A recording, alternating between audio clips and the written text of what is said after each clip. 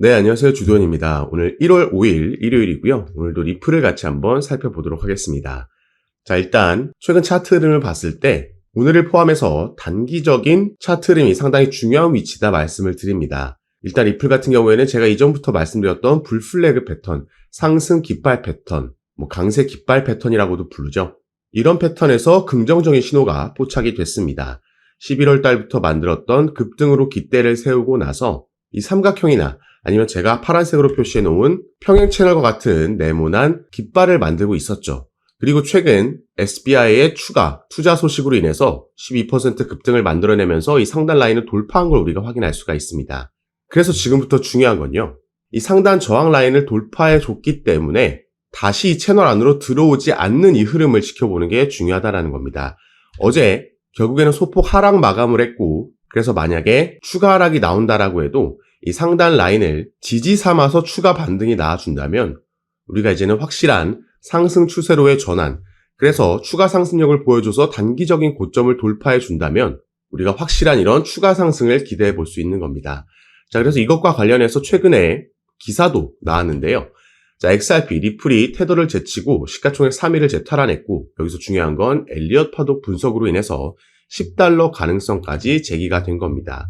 자, 이 내용을 보시면 암호화폐 분석가 크립토 인사이트 UK는 엘리엇 파동 이론을 기반으로 XRP가 3파 시나리오에 진입할 경우에 $10 이상으로 상승할 수 있다고 분석했습니다. 자, 그래서 제가 이전 영상에서 한 번씩 엘리엇 파동 이론이 어떤 건지 리플의 차트에 대입해서 설명을 해드렸었는데요. 자, 엘리엇 파동 이론이라는 건 총 8개의 파동으로 구성되는 한 사이클을 의미하고, 이건 상승 5파와 하락 3파로 이루어져 있습니다.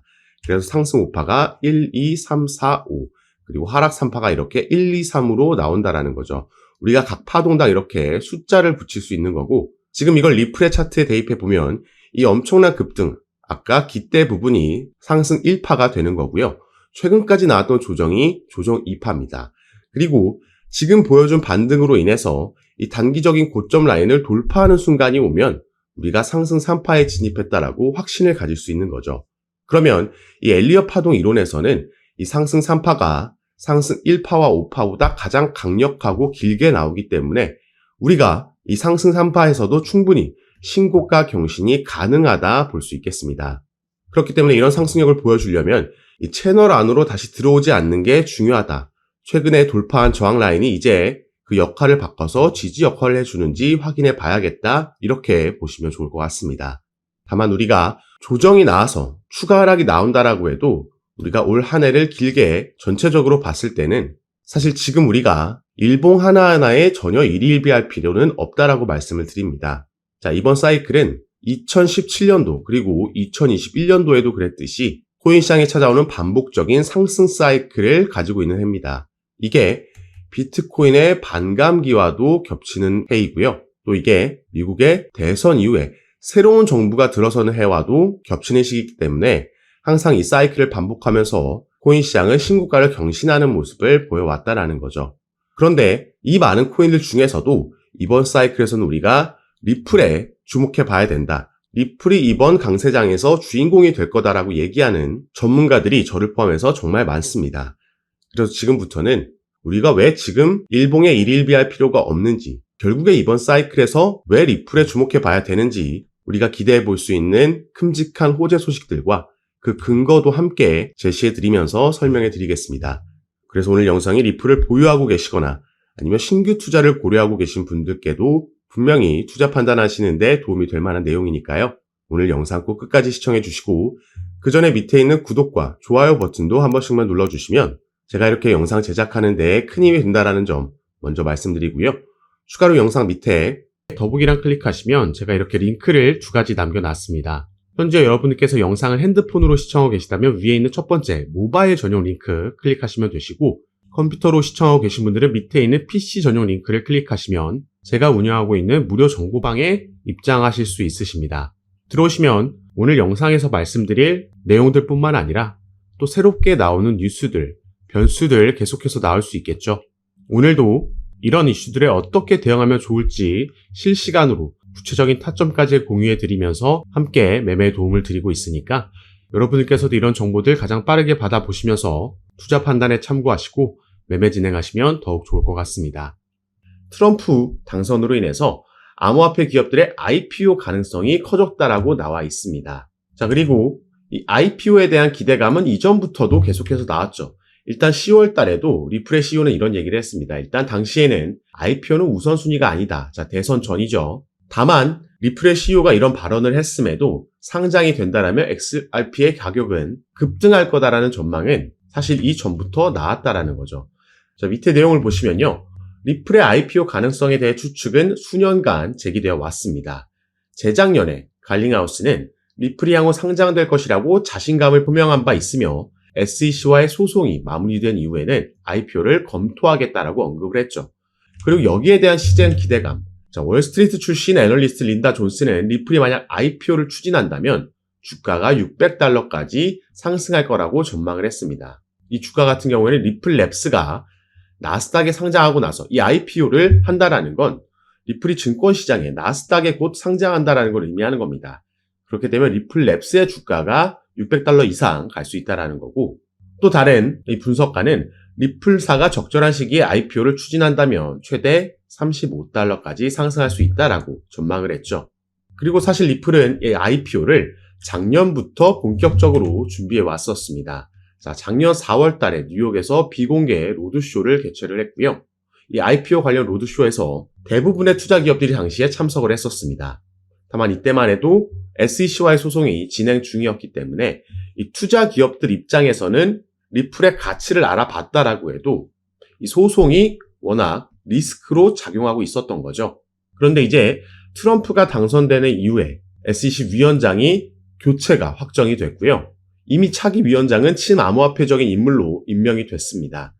그렇기 때문에 이 소송 종료에 대한 기대감, 거의 확신이 이 코인 시장에는 퍼져 있는 거고, 그렇기 때문에 리플이 최근 한 달 동안 400%라는 급등을 만들어낼 수 있었던 거죠. 그리고 나서 이 10월 달에, 작년 10월 달에는 리플이 홈페이지에 이런 IPO 관련된 포지션을 공개 채용하는 공고글도, 게시글도 올리기도 했습니다.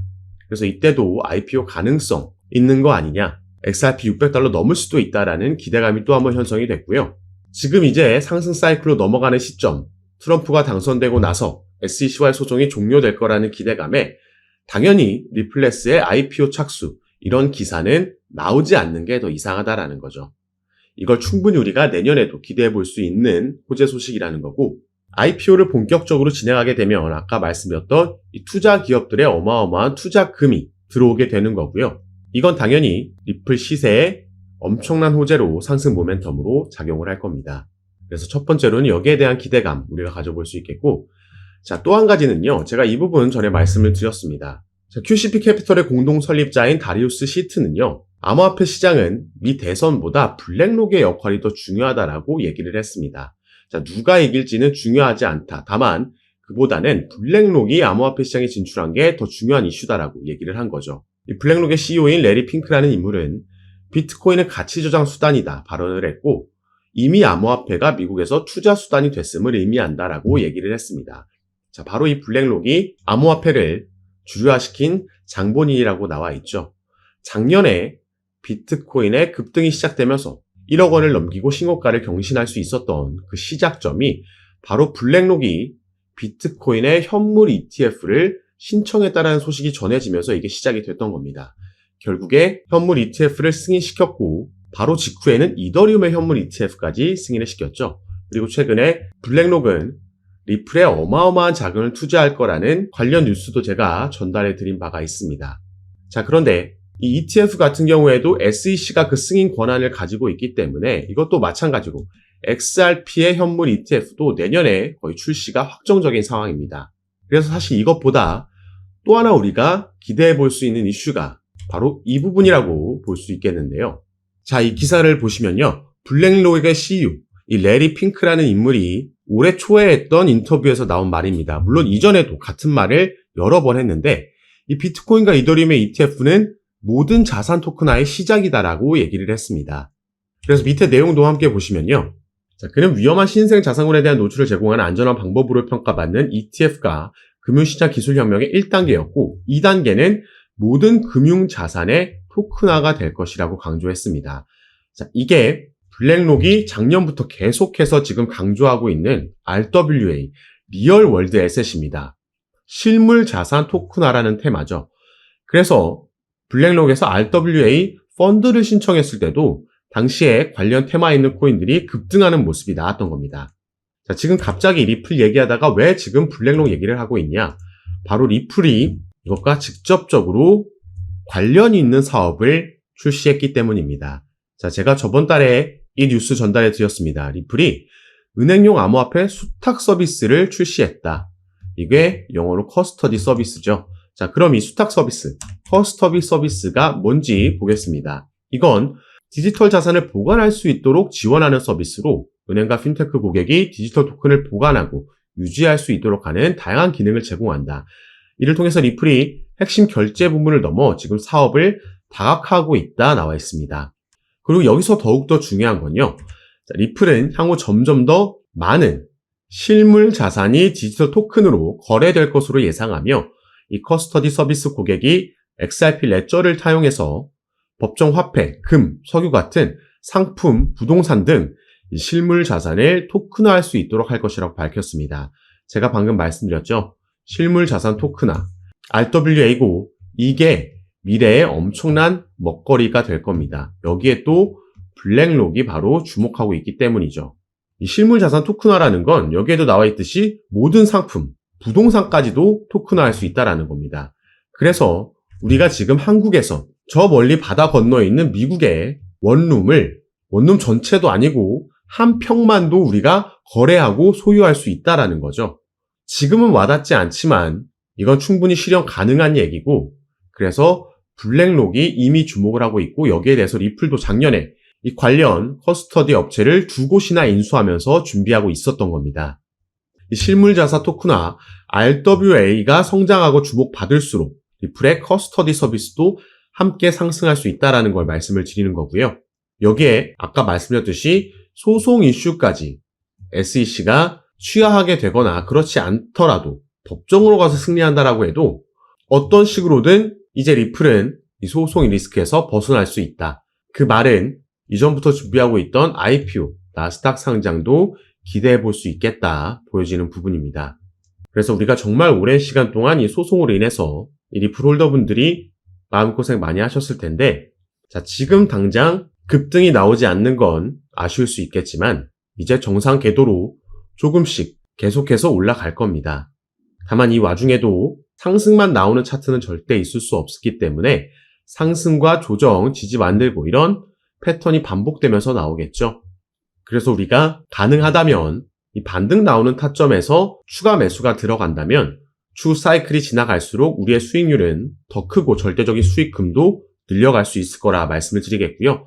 리플뿐만 아니라 아직까지는 비트코인이 도미넌스가 60%가 넘을 만큼 시장을 장악하고 있기 때문에 알트코인들이 본격적인 움직임은 가져가지 못하고 있지만 이게 점점 알트 시장으로, 알트의 상승으로 또 넘어올 겁니다. 이 중에 또 우리가 리플 외에도 주목해 볼 만한 코인들이 여럿 있고요. 이런 종목과 구체적인 타점도 제가 카톡방에서 공유해 드리면서 지금까지 그래왔던 것처럼 가장 빠르게 새로운 뉴스들 전달해 드리고 타점도 드리면서 함께 매매 진행할 거니까 여러분들께서는 제가 아까 말씀드렸던 영상 밑에 더보기란에 제가 이렇게 링크를 2가지 남겨놨습니다. 현재 영상을 핸드폰으로 시청하고 계신 분들은 위에 있는 모바일 전용 링크, 컴퓨터로 시청하고 계신 분들은 밑에 있는 PC 전용 링크 클릭하시면 제가 운영하고 있는 무료 정보방에 입장하실 수 있습니다. 들어오시면 새롭게 나오는 뉴스들, 변수들 공유해 드리면서 우린 여기에 어떻게 대응하면 좋을지 구체적인 타점까지 공유해 드리면서 함께 매매를 진행하고 도움 드리고 있는 방이니까 여러분들께서도 들어오셔서 이런 정보들 실시간으로 받아보시고 투자 판단에 참고하시면 더욱 좋을 것 같습니다. 작년부터 시작돼서 올 한 해 이어질 강세 사이클에서 우리가 대응 잘하면 크게 수익 볼 수 있는 그 기회, 사이클이 돌아온 거니까요. 저와 함께 조금 더 안전하게 알맞게 대응하시면서 꼭 큰 수익 얻어가시는 시간으로 함께 만드셨으면 좋겠습니다. 자, 그럼 오늘 영상도 끝까지 시청해 주셔서 너무 감사드리고 저는 다시 카톡방에서 여러분들 대응 도와드리고 상담 도와드리면서 찾아뵙도록 하겠습니다. 감사합니다.